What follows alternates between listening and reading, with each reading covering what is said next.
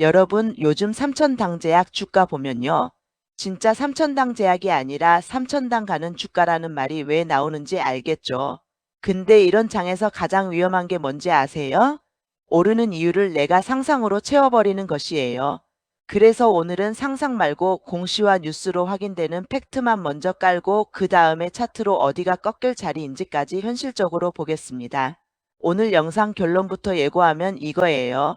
첫째, 삼천당 제약 상승은 단순 테마가 아니라 안과 바이오시밀러의 상업화가 실제로 진전되는 구간이랑 맞물려 있습니다. 특히 아일리아 성분 AFL, IBR, CPT 바이오시밀러 쪽이 핵심이에요. 둘째, 시장이 크게 반응하는 포인트는 실험실 성공이 아니라 판매권 공급권 계약이 늘어나는 속도예요. 오늘도 중동 6개국 계약 뉴스가 붙었죠. 셋째, 차트는 이미 단기 과열 신호가 나올 수밖에 없는 자리지만 그렇다고 무조건 여기서 끝도 아니에요.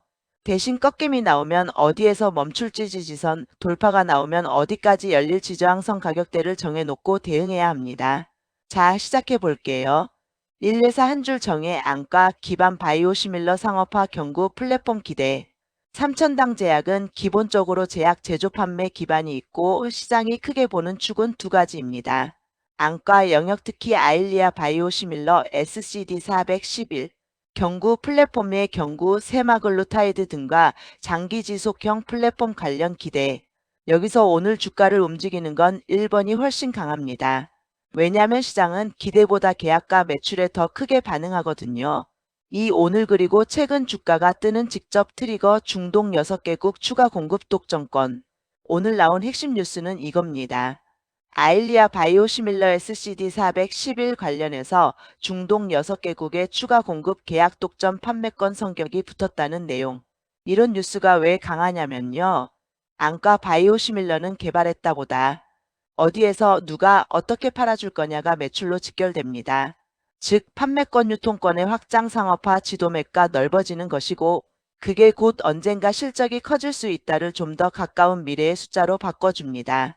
게다가 삼천당 제약은 이미 캐나다 쪽에서 출시 후 매출이익이 확인됐다는 보도가 있어요. 이게 진짜 중요해요. 출시 이후 실제 숫자가 찍히면 시장의 의심이 한 단계 줄어듭니다. 3. 글로벌 파트너십 신뢰도 프러시니어스 캐비프레지니우스 카비 관련 팩트. 아일리아 바이오시밀러 쪽에서 많이 언급되는 축이 프러시니어스 캐비 파트너십인데요. 프레지니우스 카비 쪽에서 2025년 12월 3일자로 파트너인 삼천당제약의 AFL, IBR, CPT, BIO, SIMIL, AR 관련 신청이 FDA에서 리뷰 액셉턴스 심사 접수 검토 개시됐다는 취지의 공식 공지가 올라와 있습니다. 이건 투자자 입장에서 어떤 의미냐? 승인이 아니라 심사 접수 단계라서 가장하면 안 되지만 그래도 규제 이벤트가 실제 레일 위로 올라간 것이기 때문에 상업화 모멘텀을 신뢰하는 쪽에 힘이 실립니다. 4. 또 다른 모멘텀 축 경구 세마글루타이드 일본 파트너십 공정 공시 그리고 2026년 1월 22일에 삼천당제약이 일본 판매용 경구용 세마글루타이드 공동개발 및 상업화 파트너십 계약 체결을 공정공시로 알린 바가 있어요. 이 테마는 한마디로 주사제 중심의 GLP-1 시장에서 경구 제형이 먹히면 파괴력이 크다는 기대를 자극하죠.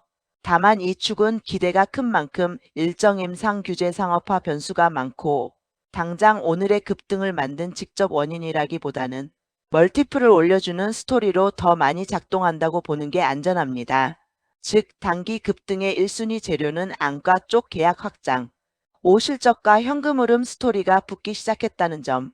최근 보도에서 삼천당제약이 연결 기준 영업이익이 개선되고 영업이익 85억 전년 대비 증가, 매출도 늘고 순이익도 흑자 전환했다는 내용이 나옵니다. 그리고 핵심 문장이 이거예요. 아일리아 바이오시밀러가 출시 이후 매출과 영업이익을 만들었다는 대목. 이건 시장에서 꿈이 아니라 캐시카우 후보로 격상되는 트리거가 됩니다. 한편 배당 공시도 있었는데 2월 10일에 보통주 1주당 50원 결산 배당 결정을 공시했다는 보도가 있습니다. 배당 자체가 크진 않지만 이런 건 상징성이 있어요. 회사 입장에서 현금 배당을 결정할 정도로 내부적으로도 흐름을 안정적으로 본다는 신호로 해석되기도 하거든요. 6차트 체크. 오늘 급등은 왜 무섭고 동시에 왜 강한가?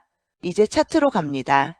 현재 가격대는 2월 19일 기준 대략 63만 9천 원 부근, 전일 종가가 53만 5천 원, 당일 변동 구간이 54만 4천 원에서 64만 1천 원, 52주 구간은 12만 7,600원에서 64만 1천 원으로 표시됩니다. 여기서 중요한 건 이거예요. 갭 상승 신고가권 52주 최고가 근처, 단기 가열이 나올 수밖에 없는 변동폭. 그런데도 강한 이유는 재료가 계약 확장이기 때문. 그럼 어디까지 가겠는가를 말할 때 저는 이렇게 나눠서 봅니다. A 위로 열리는 시나리오 돌파형. 지금 차트는 52주 고점 약 64만 1천 원이 눈앞 저항이에요. 여길 장중 찔렀다가 밀리는지 종가로 안착하는지가 1차 분기점입니다. 만약 거래량이 계속 붙으면서 64만 1천 원을 종가 기준으로 돌파 안착하면 그 다음부터는 차트의 매물대가 얇은 구간이 나올 수 있어요. 이때 시장이 흔히 잡는 심리적 목표 구간은 70만원, 80만원 같은 라운드 피겨 둥근 가격입니다. 이건 근거 있는 목표 가라기보다는 추세장에서 사람들이 심리적으로 매도 매수를 고민하는 가격이죠.